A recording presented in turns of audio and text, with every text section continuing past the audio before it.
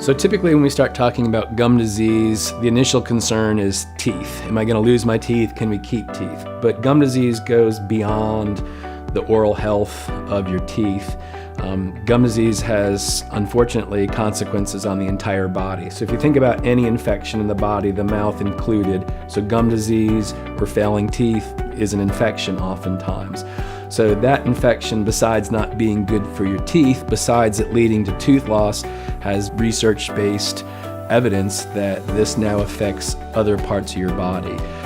We've known this for decades. This isn't new information, but as time goes on, we keep finding that the links to poor oral health are affecting more and more and more systems in your body. Probably the best researched and published is the connections between poor oral health and cardiovascular health. So statistically, the odds of cardiovascular events, heart attacks, strokes is significantly higher for those who suffer from oral infections like gum disease or an infected tooth. So if you suffer from periodontal disease, obviously we want to treat that. We want to treat gum disease because we want you to keep your teeth, but we also want to address these potential health issues that are very real. So with the help of our hygienist, we're going to now focus on preventative measures. We want to prevent gum disease from being a risk factor that can affect your general health.